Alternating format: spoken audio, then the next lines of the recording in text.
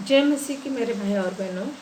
जैसे कि देखो, हम परमेश्वर की महिमा करने के लिए सच्ची में हमारा मन कितना शुद्ध और पवित्र होना चाहिए।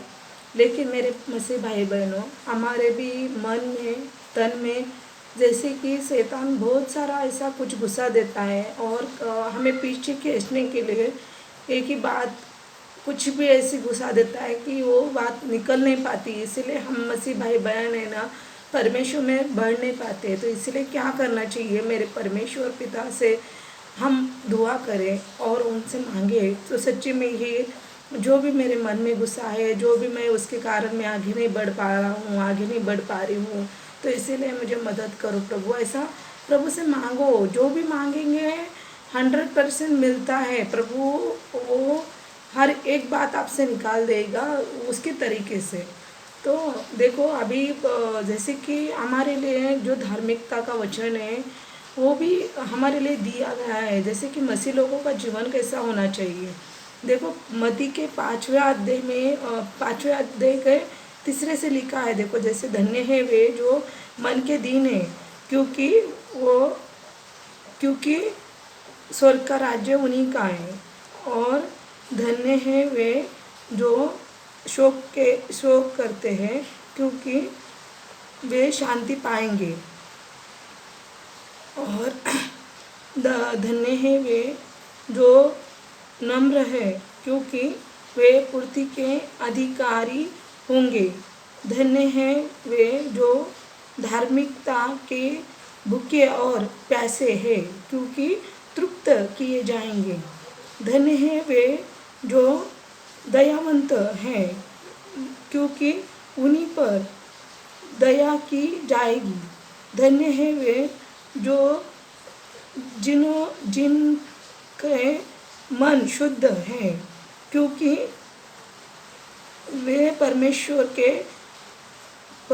को देखेंगे। देखो परमेश्वर हमें हर वचन दिया गया है ना। धन्य है वे जो मिल कराने वाले हैं, क्योंकि वे परमेश्वर के पुत्र कहलाएंगे।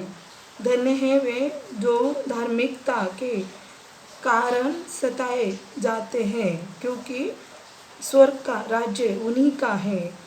धन्य है धन्य है धन्य हो तुम जब मनुष्य मेरे कारण तुम्हारी निंदा करे और सताए और झूठ बोल बोल के तुम्हारे विरोध में बुरे कारण देखो बुरे बोल बोल के निंदा करे, सताए, यही वचन में लिखा गया है। मतलब हमें क्या होना है, आनंदित और मग्गम होना है ना।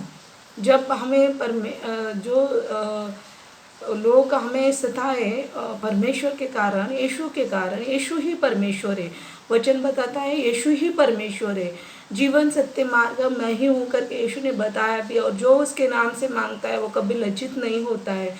वो कोई भी बात होने दो, वो कभी ऐसा ही ये नहीं होता है, उसको मिलता है। लेकिन मेरे भाई और बहनों, वो चीज़ परमेश्वर के तरफ से है क्या, वो भी जानना बहुत ज़रूरी है। अगर परमेश्वर के तरफ से है तो आपको 100% मिलेगी। अगर परमेश्वर आपको देना चाहता है तो 100% मिलेगी। अगर वो चीज़ आपके लिए अच्छी नहीं है, वो बुरी है और परमेश्वर ने नहीं दी है और परमेश्वर नहीं चाहता है, तो वो चीज़ आपको कभी नहीं मिलेगी।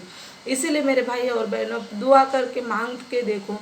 अगर आपको नहीं मिलती है तो निराश भी नहीं होना है, क्यों तो परमेश्वर की मर्जी और कुछ अलग होती है। हो सकता है उससे बेहतर चीज़ दे आपको, ऐसा बहुत सारे लोगों का होता है।